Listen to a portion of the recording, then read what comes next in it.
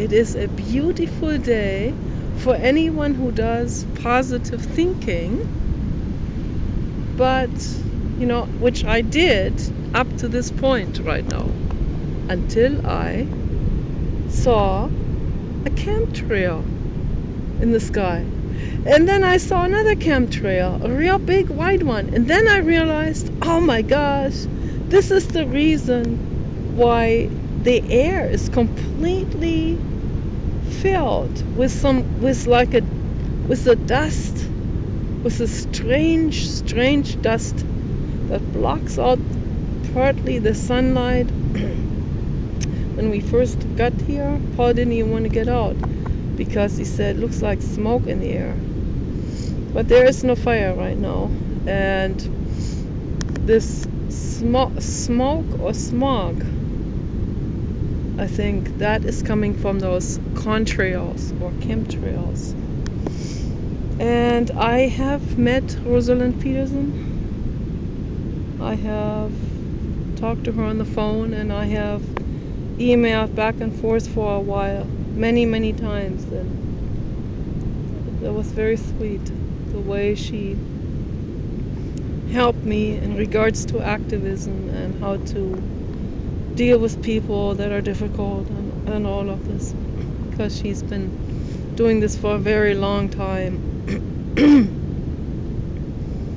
And all we can do is we can talk to people in a friendly way, and that won't work. But if we talk in a forceful way, that will certainly not work.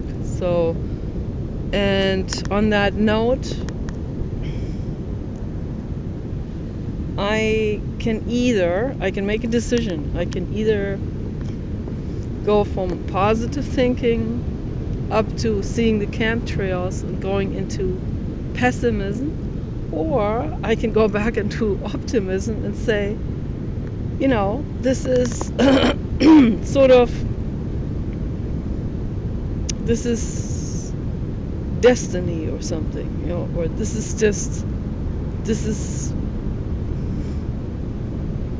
something that I can look at least. I know it's not intellectually, I know it's human caused, all of this, the fires too, but I can look at it as if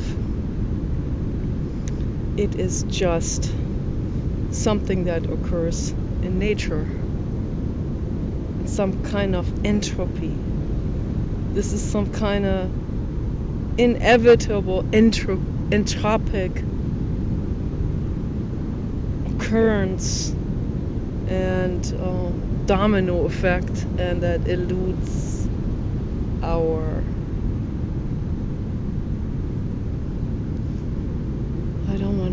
I need to find the right word. It eludes our doing or something. I know in reality that's not the case, but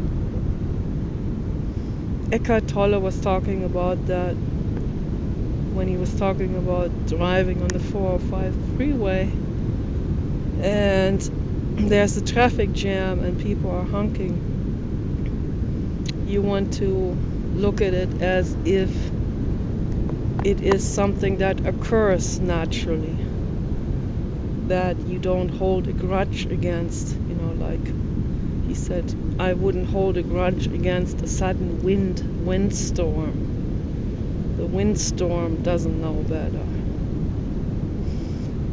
But see, people should know better, but they don't know better. And Paul and I, we were talking about it on the way driving here.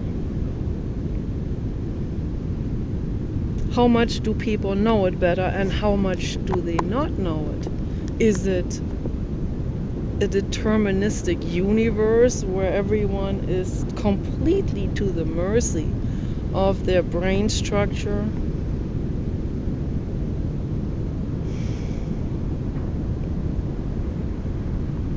Or is there a range of decision making that is involved in all of this?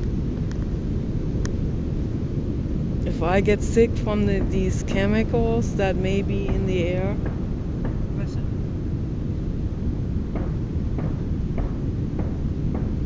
someone hammering something. Shooting. Shooting?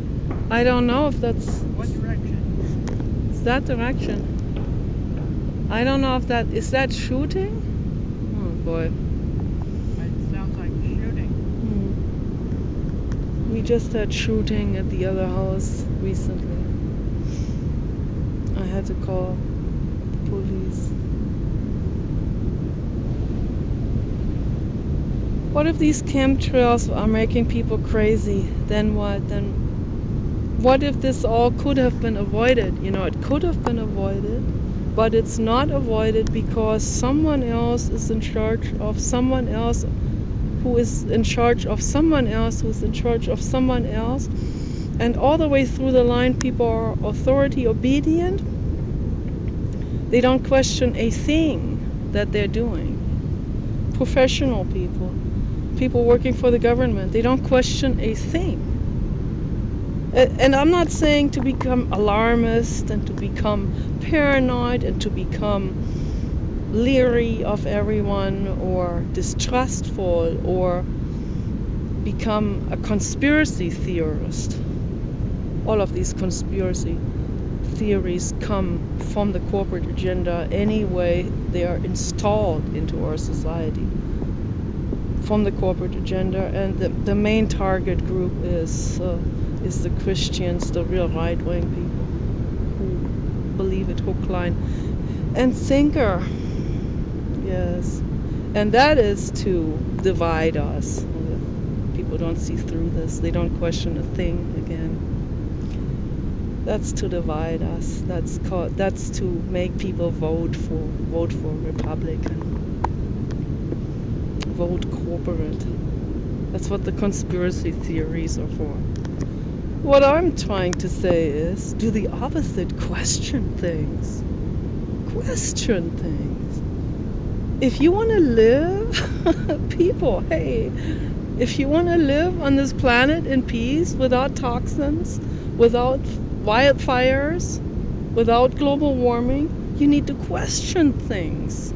You can't just be leaning back and letting the authorities do their work. Because the authorities, they listen to their authorities, which listen to their authorities, which listen to some weird religion authority. The whole religion is an authority to them. The God, the imagination, the self-made God, is an authority. You know, it's an extension of Dad, and it is insanity. It's just an idea. It's total insanity. It has nothing to do with the infinite universe. That's completely cut off from that. Listen to Jiddu Krishnamurti and Dr. David Bohm. They're talking about this. Very important that people get into that and question these things. So I can sit here, I can become pessimistic about it, or I can say, we sit here and I can see the waves, even though the air may be filled with toxic particles and aluminum coated fiberglass particles called chaff and mercury, and I have a funny taste in my mouth. Pesticides, Roundup, who knows what they're letting out to make people more gullible, to make them sick, so that doctors make more money. It's all about money. To have more control over people, about their minds, make them sick and afraid, so that they become even more authority obedient and even more fearful, even more paranoid and believing in devil and stuff like that. There's no devil, but there's something called the ego. Yes. And the ego becomes a monster. It becomes really demonic, the ego. It really does. I talked to my brother about that the other day. The ego, when the ego is not being observed by your own inner observer, by your brain using real intelligence and not knowledge from the past, but use the knowledge from the past in a wise way and in an innovative way, and use it in an intelligent way and question things. That's really the bottom line of it. When you question these things, then you move forward and you share that with other people, this questioning, and you talk to other people about it, and you say no to certain things. You say no to Roundup. You say no to pesticides. You go into politics. You stand up against poisons. You look over people's shoulders. You say, no, you cannot cause this toxicity. You have to do it. You cannot be waiting for someone else to do it for you. You think your parents are adults? You think your boss is an adult? You think your politicians are adults? Think again, okay? They are just as greedy as you are, just as leaned back and lazy and intellectually lazy as you are, and just as irresponsible and lacking accountability and liars. There's no transparency. And so it starts with you, okay? You say to yourself, I don't want to be a liar anymore. I don't want to be a lazy bum anymore. I don't want to rely on authority anymore. I want to do something. I want to do something to make the world a better place. And it starts right here in your local community, and you do something about it. You make videos, you engage in conversations, you make better voting choices, you sign petitions, okay? That's how it works. So that is my personal view on optimism. Positive thinking alone doesn't dig it. That's irresponsibility. That's denial.